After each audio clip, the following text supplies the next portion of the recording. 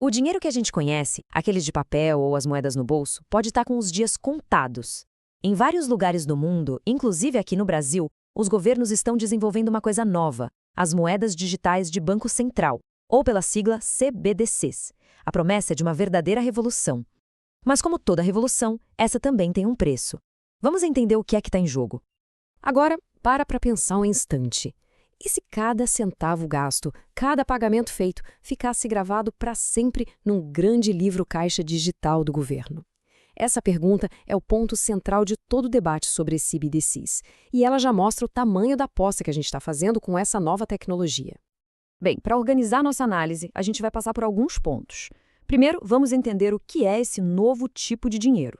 Depois, a promessa de eficiência e o outro lado da moeda, o perigo do controle. Aí vamos buscar umas lições na história e, por fim, aterrissar no Brasil para falar do Drex. Então, vamos começar do começo.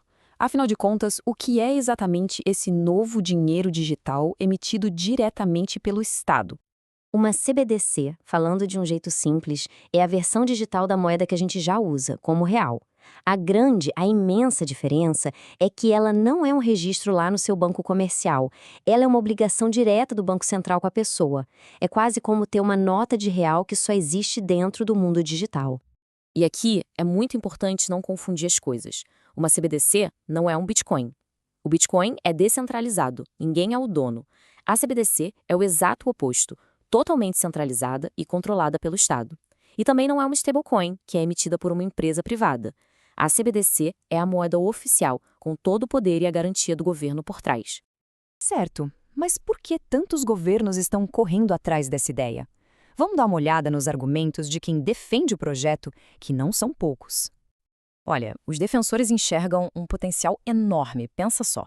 Levar serviços financeiros para milhões de pessoas que hoje nem conta em banco têm, usando só o celular. As transações poderiam ficar muito mais baratas, quase instantâneas, o que daria um gás na economia e, para o governo, seria uma ferramenta poderosíssima para controlar a economia e, claro, rastrear atividades ilegais com muito mais facilidade. A promessa é de um sistema mais moderno, mais justo e bem mais eficiente. Pois é, mas a mesma tecnologia que promete toda essa eficiência também acende um alerta gigante. Agora vamos virar a moeda e olhar o outro lado. Os riscos e os perigos desse controle todo nas mãos do Estado. O economista Fernando Urrich resume o principal medo de muita gente com essa frase aí, que é bem forte. A ideia de um controle orwelliano vem lá do livro 1984 e se refere a uma sociedade de vigilância total, onde o governo sabe de tudo o tempo todo. E como é que esse controle funcionaria na prática? É até bem simples de entender.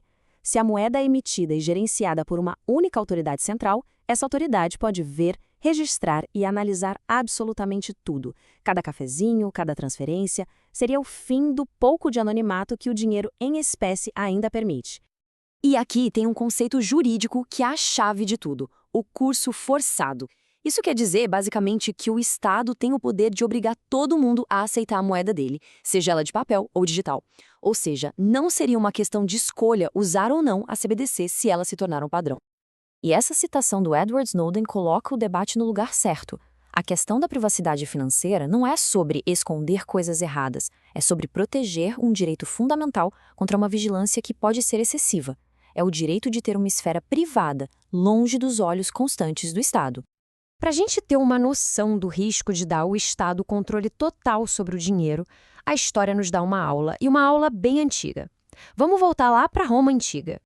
A tentação parece ser quase irresistível. Quando um governo precisa de mais dinheiro, seja para pagar exércitos, bancar projetos ou só cobrir rombos no orçamento, e ele controla a moeda, a solução mais fácil é criar mais dinheiro do nada. Em Roma, isso significava piorar a qualidade das moedas.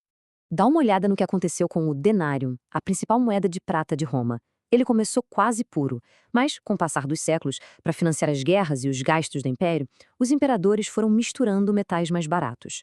O teor de prata foi caindo, caindo, caindo, até que no final a moeda era basicamente de cobre, só com um banho de prata para enganar. O resultado? Uma inflação galopante e o colapso da economia. E essa frase do imperador Sétimo Severo, que cortou o teor de prata pela metade, escancara a lógica por trás disso tudo. O dinheiro vira uma ferramenta para manter o poder, para priorizar certos grupos, como o exército, enquanto o poder de compra de todo o resto da população derrete. Agora, vamos sair da Roma antiga e voltar direto para o nosso presente, aqui no Brasil.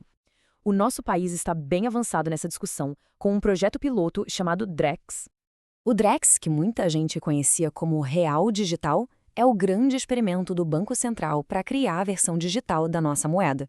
No momento, ele está em fase de testes, para avaliar a tecnologia e entender as consequências práticas de uma implementação em larga escala. O grande problema é que o projeto DREX ainda deixa muitas perguntas importantíssimas no ar, principalmente sobre privacidade. Por exemplo, quais dados o Banco Central vai poder ver? Quem vai ser o responsável se esses dados vazarem ou forem mal utilizados? E como é que, na prática, a privacidade de cada pessoa vai ser garantida? São perguntas fundamentais que ainda estão sem resposta.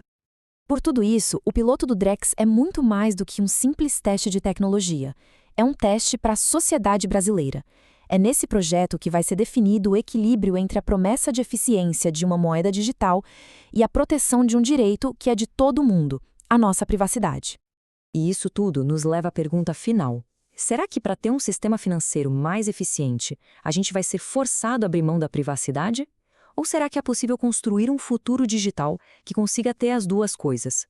A resposta para essa pergunta vai definir a cara do dinheiro pelas próximas décadas.